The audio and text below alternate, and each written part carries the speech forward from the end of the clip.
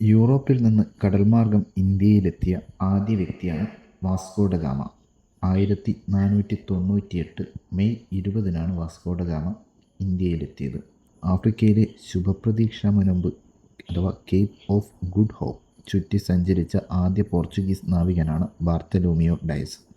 ലിസ്ബണിൽ നിന്ന് 1497-ലാണ് Vasco da gamma ഇന്ത്യയിലേക്കുള്ള യാത്ര ആരംഭിച്ചത്. വാസ്കോ ഡ ഗാമയെ ഇന്ത്യയിലേക്ക് അയച്ച പോർച്ചുഗീസ് രാജാവാണ് മാനുവൽ ഒന്നാമൻ. കോഴിക്കോട് ചേമഞ്ചേരി പഞ്ചായത്തിലെ കാപ്പാട് എന്ന സ്ഥലത്താണ് വാസ്കോ ഡ ഗാമ കപ്പലിറങ്ങിയത്. വാസ്കോ ഡ ഗാമ വന്ന കപ്പലിൻ്റെ പേര് സെൻറ്റ് ഗബ്രിയൽ എന്നതാണ്. വാസ്കോ ഡ ഗാമയുടെ കപ്പൽ വ്യൂഹത്തിലുണ്ടായിരുന്ന മറ്റ് കപ്പലുകളാണ് സെൻറ്റ് റാഫേൽ, സെയിൻറ്റ് ബേറിയോ എന്നിവ. മാനുവൽ രാജാവാണ് വാസ്കോ ഡ ഗാമയെ ഇന്ത്യൻ മഹാസമുദ്രത്തിലെ സേനാധിപതി എന്ന് വിശേഷിപ്പിച്ചത്. വാസ്കോ ഡ ഗാമ എന്ന സ്ഥലം സ്ഥിതി ചെയ്യുന്നത് ഗോവയിലാണ്. 1498 വാസ്കോ ഡ ഗാമ കേരളത്തിലെത്തുമ്പോൾ കേരളം പ്രധാനമായും 4 പ്രദേശങ്ങളായിരുന്നു. കണ്ണൂർ പ്രദേശം ഉൾപ്പെടുന്ന കോലത്തുനാടും, സാമൂതിരിയുടെ കോഴിക്കോട് പ്രദേശം ഉൾപ്പെടുന്ന നെടിയിരുപ്പ് സ്വരൂപവും, കൊച്ചി ഉൾപ്പെടുന്ന പെരുമ്പടപ്പ് സ്വരൂപവും, തിരുവിതാംകൂർ പ്രദേശം ഉൾപ്പെടുന്ന വേണാടും എന്നിങ്ങനെയായിരുന്നു. വാസ്കോ ഡി ഗാമ ആദ്യ വരവിൽ സാമൂതിരിയുമായി സന്ധി ചെയ്യാൻ ശ്രമിച്ചുവെങ്കിലും നടന്നില്ല. തുടർന്ന് കണ്ണൂരിലെ കോലത്തിരി രാജാവുമായി സന്ധി ചെയ്യുകയും ആവശ്യമായ ചരക്ക് നേടിയെടുക്കുകയും ചെയ്തു. 1499 തിരിച്ച് ലിസ്ബണിൽ എത്തി. വാസ്കോ ഡി ഗാമ 3 തവണയാണ് കേരളത്തിൽ എത്തിയത്.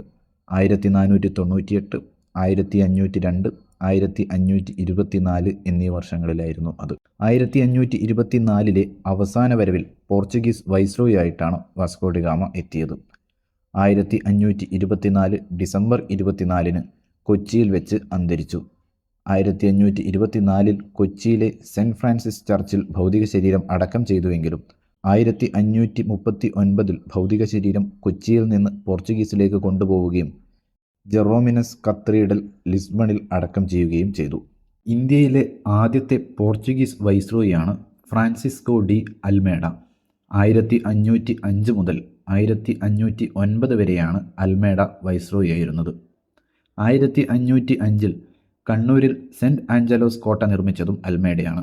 ഇന്ത്യൻ സമുദ്രങ്ങളിൽ നീലജല നയം അഥവാ ബ്ലൂ വാട്ടർ പോളിസി നടപ്പിലാക്കിയതും അൽമേഡയാണ്. ശക്തമായ നാവികപ്പടയിലൂടെ സമുദ്രമേധാവിത്വം നേടിയെടുക്കുക എന്നതായിരുന്നു ബ്ലൂ വാട്ടർ പോളിസിയുടെ ഉദ്ദേശം. ഇന്ത്യയിലെ 2ാമത്തെ പോർച്ചുഗീസ് വൈസ്രോയിയാണ് അൽബുക്കർക്ക്. 1509 മുതൽ 1515 വരെയാണ് അൽബുക്കർക്ക് വൈസ്രോയി ആയത്. ഇന്ത്യയിലെ പോർച്ചുഗീസ് സാമ്രാജ്യ സ്ഥാപകൻ എന്നറിയപ്പെടുന്നതും അൽബുക്കർക്ക് തന്നെയാണ്. ബീജാപ്പൂർ സുൽത്താനിൽ നിന്നും ഗോവ പിടിച്ചെടുക്കാൻ നേതൃത്വം നൽകിയത് അൽബുക്കർക്കാണ്. കോഴിക്കോട് നഗരത്തെ ആക്രമിച്ച പോർച്ചുഗീസ് വൈസ്രോയും അൽബുക്കർക്ക് തന്നെ. 1513 സാമൂതിരിയുമായി അൽബുക്കർക്ക് സന്ധി ചെയ്തു. ഈ സന്ധി കണ്ണൂർ ഉടമ്പടി എന്നറിയപ്പെടുന്നു. ഇന്ത്യയിൽ മിശ്ര കോളനി സമ്പ്രദായം ആവിഷ്കരിച്ചതും അൽബുക്കർക്ക് വൈസ്രോയി ആയിരുന്ന കാലഘട്ടത്തിലാണ്. പോർച്ചുഗീസുകാരും ഇന്ത്യയിലെ ജനങ്ങളും തമ്മിലുള്ള വിവാഹം പ്രോത്സാഹിപ്പിക്കുക എന്നതാണ് മിശ്ര കോളനി സമ്പ്രദായം അർത്ഥമാക്കുന്നത്. ഇന്ത്യയിലെ ഏറ്റവും ശക്തനായ പോർച്ചുഗീസ് വൈസ്രോയിയും അൽബുക്കർക്ക് തന്നെ.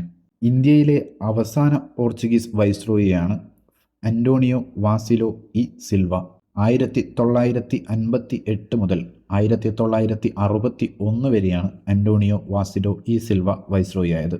പോർച്ചുഗീസുകാരുടെ ഇന്ത്യയിലെ പ്രധാന കേന്ദ്രം ഗോവയാണ്. 463 വർഷം ഇന്ത്യയിൽ സാന്നിധ്യമുണ്ടായിരുന്ന പോർച്ചുഗീസ് 1960 സൈനിക നടപടിയായ ഓപ്പറേഷൻ വിജയിലൂടെയാണ് പുറത്തായത്. വാസ്കോ ഡി ഗാമയോട് കച്ചവടത്തിന് എതിർപ്പ് കാട്ടിയ ഭരണാധികാരിയാണ് കോഴിക്കോട് സാമൂതിരി.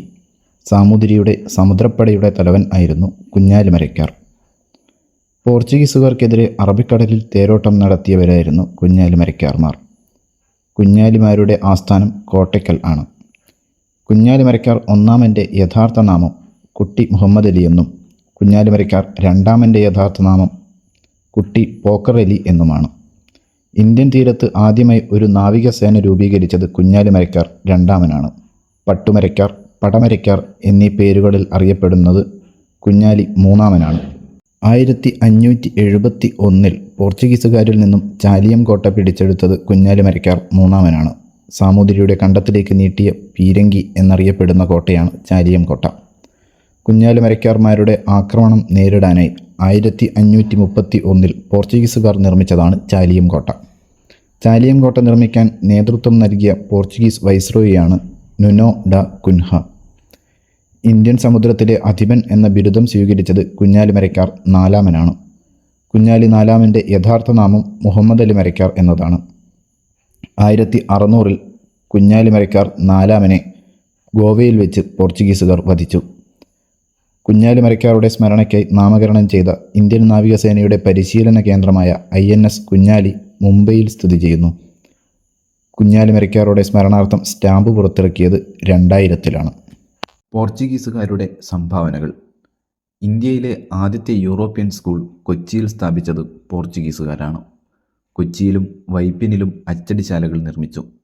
ചവിട്ടുനാടകം കേരളത്തിൽ അവതരിപ്പിച്ചത് പോർച്ചുഗീസുകാരാണ്. കൈതച്ചക്ക, പപ്പായ, കശുവണ്ടി, പുകയില, വറ്റൽമുളക് തുടങ്ങിയവയെ കേരളക്കരയ്ക്ക് പരിചയപ്പെടുത്തി. 16-ാം നൂറ്റാണ്ടിൽ പോർച്ചുഗീസുകാർ ഇന്ത്യയിൽ പരിചയപ്പെടുത്തിയ വാസ്തുവിദ്യയാണ് ഗോഥിക് ശൈലി. ബോംബെയിലെ ബോം ജീസസ് ബസലിക്ക ഗോഥിക് ശൈലിയിൽ നിർമ്മിച്ചതാണ്.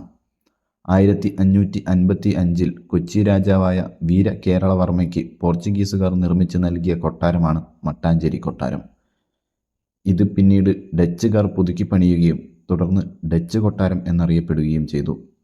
പോർച്ചുഗീസ് ഭാഷയിൽ നിന്നും മലയാളത്തിലേക്ക് സ്വീകരിച്ച പദങ്ങളാണ് ചാവി, ബെഞ്ച്, ചായ, കൊന്ത, റാന്തൽ, ജനൽ, മുറം, പതക്കം, ഫാക്ടറി, മേശ, കസേര, കുശിനി, വരാന്ത, വാതിൽ, അലമാര, അൾത്താര, സെമിത്തേരി, കപ്പിത്താൻ, ദോശ, കുമ്പസാരം, ഗോഡൗൺ തുടങ്ങിയവ.